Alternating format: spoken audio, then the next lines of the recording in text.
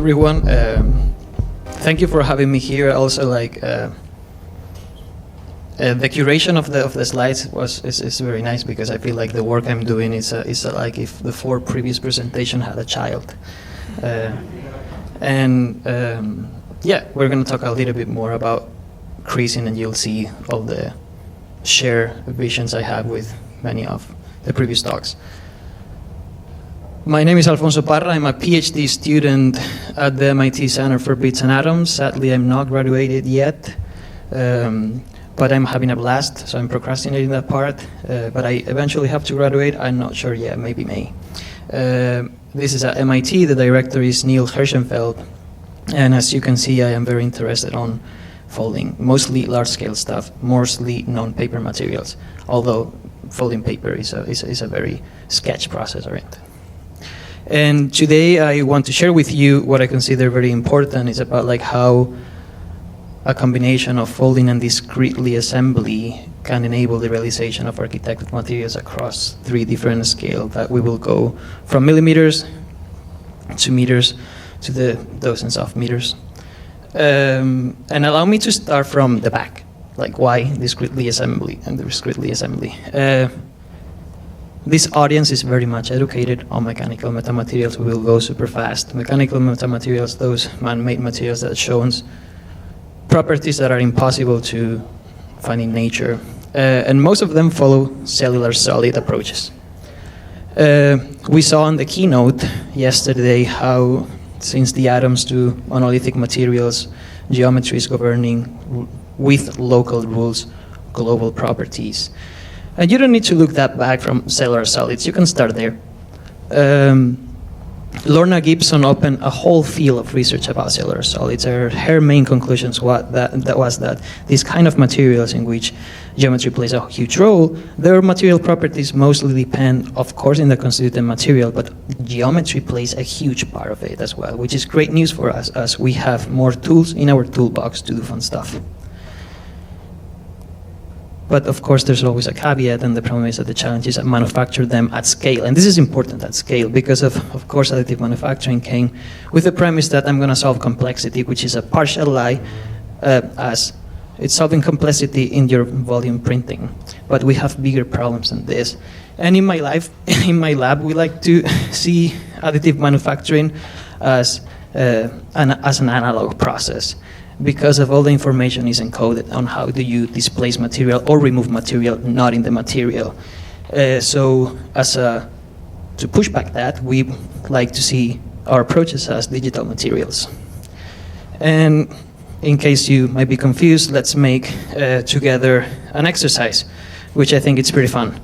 Let's watch kids building Legos, and then you realize that the stuff they make is very straight. And then you ask the same kid to draw a straight line, and it's a little bit not straight.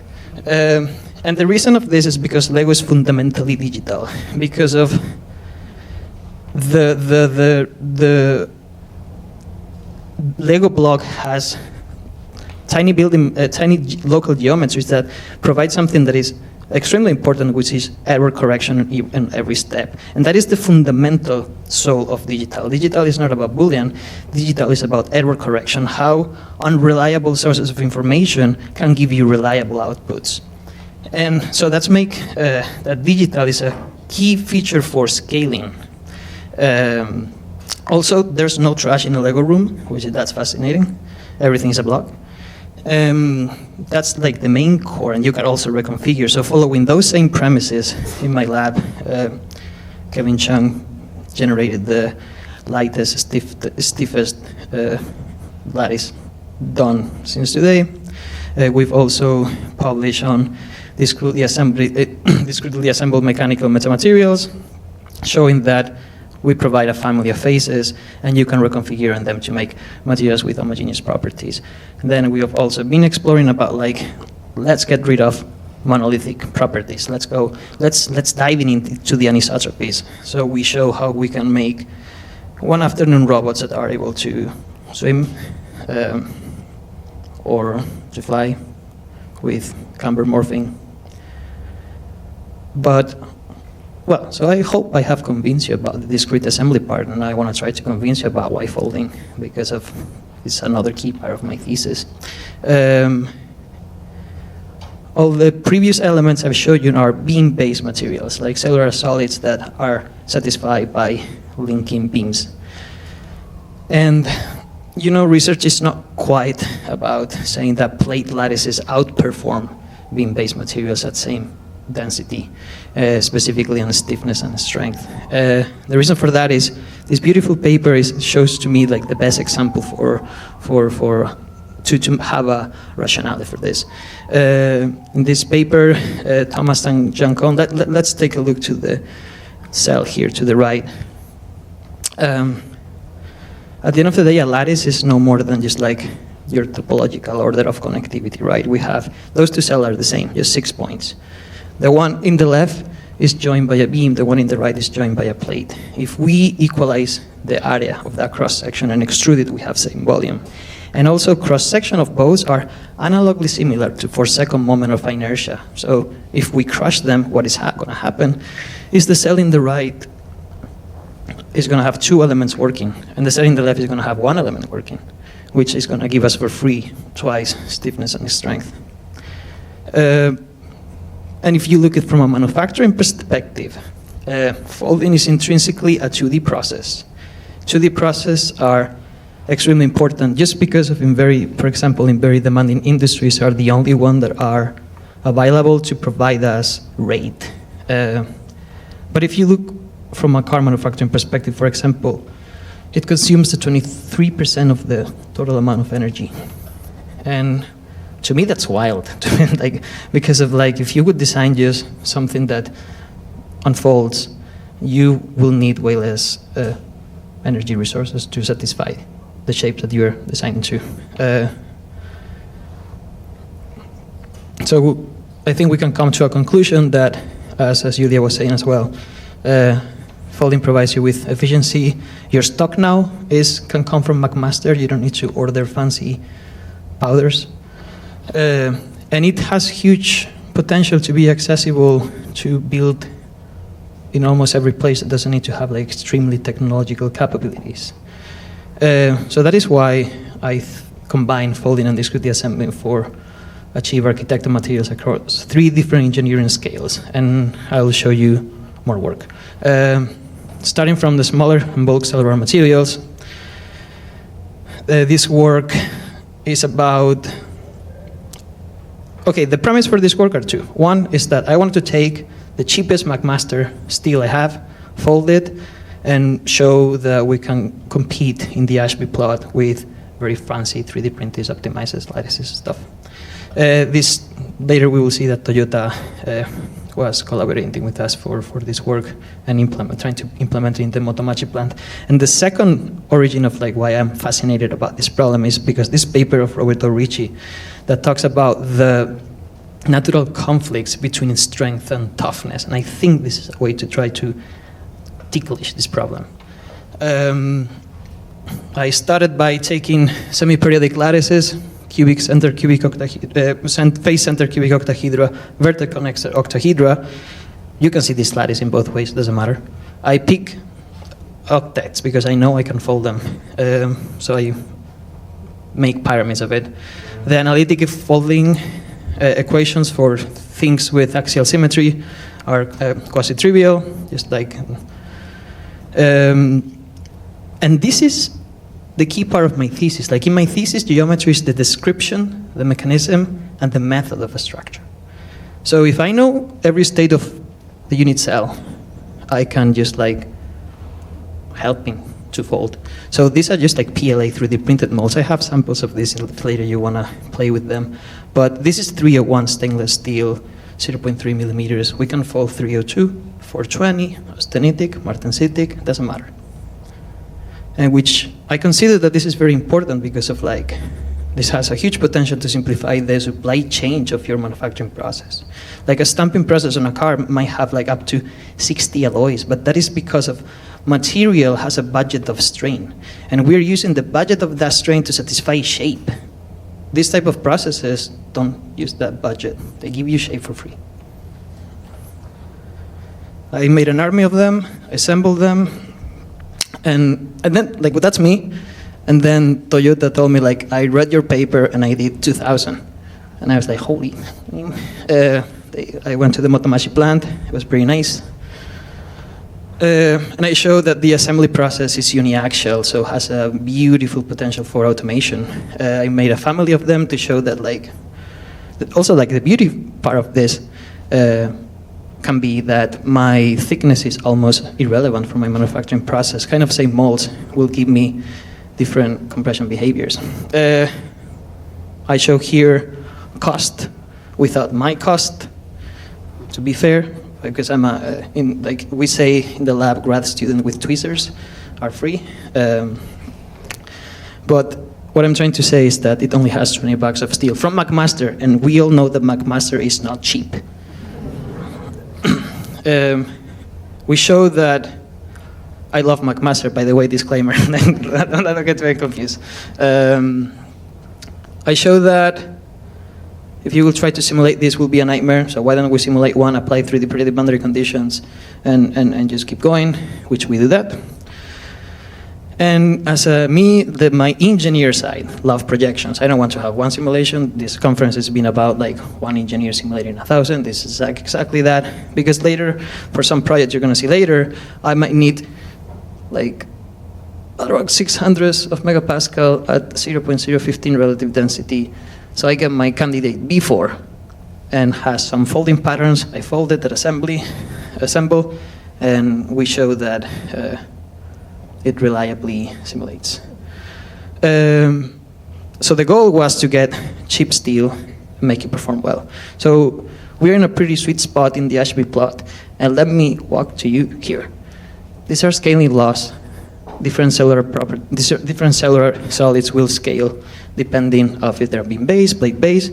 Even if you put the worst scaling law, we're still scaling pretty well into the region that Rachel, I think, was commenting. This is for stiffness.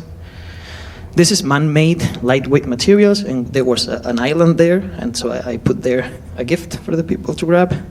This is for strength. And this was some of the uses that was to protect that green seismometer. Seismometer really needs to be protected because they need to measure very tiny movement, but this project needs to be launched from an airplane, which is, not a good idea. So the foam will protect everything. And something that fascinates me as well is that if you go dynamic, 30 minutes, good. If you go dynamic and you are into a crash event, the plot of your force is that you're going to get a peak force, then you're going to have a plateau, and then you're going to have compactation. What kills you is the peak force. In this work, I show that I can control peak forces, and I can control plateau. Compactation is for free, and that's actually kind of good. So I'm working on dynamic crack initiator, crack initiators, and again, all this is brought by 3D printing PLA, and then folding steel, and assembly them. So that's one of the, I'm activating the videos every time I click, my bad. We jump into a larger scale, let's go to the meters. This project started because Airbus came to us and told us that they want us to make the horizontal tailplane of the A320, but now morphing at scale 1:1. And I was working previously on the beam-based thermo-extruded materials. And I started to increase the beam thickness up to the point that this was not a cellular solid anymore, which is, to me, funny. So I said, like, okay, I'm going to fold it. And it worked. So we wrote this project about Kirigami corrugation, strong modular, and programmable plate lattices, where I take the mirror fold and I expand it. I tend to expand all my folds. I show analytical solutions for everything. And of course, we discretely assemble them.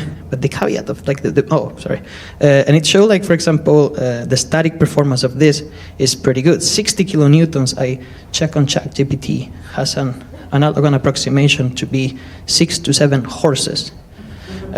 So it performs really well and weighs 250 grams, by the way.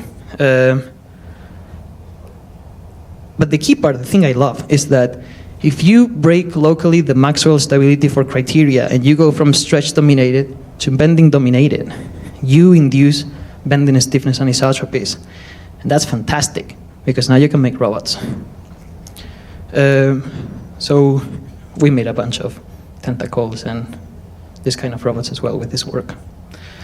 And the last of the projects I will show you will be on the architectural scale.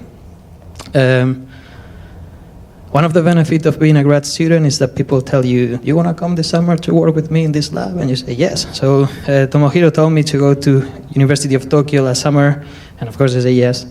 And I was playing with mostly run-rest tessellations. And it's a huge, beautiful candidate to go to the architectural scale. This work is done with Ricardo Foschi, Rupert Maliker, Tomohiro Tachi, and Neil.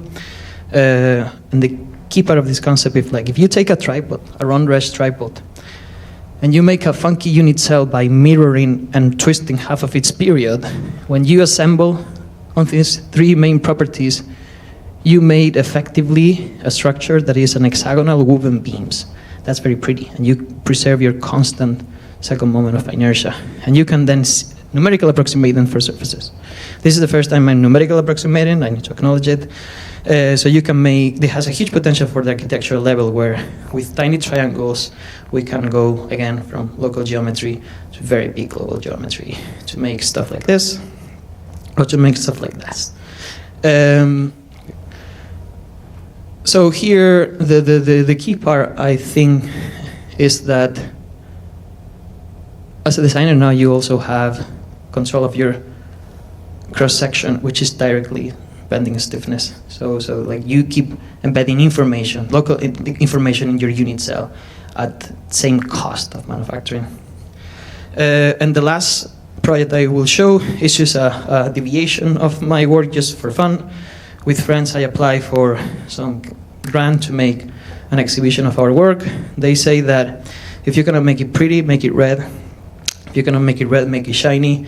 And if you're gonna make it shiny, make it big. And I really don't like red. So I went very big and very shiny.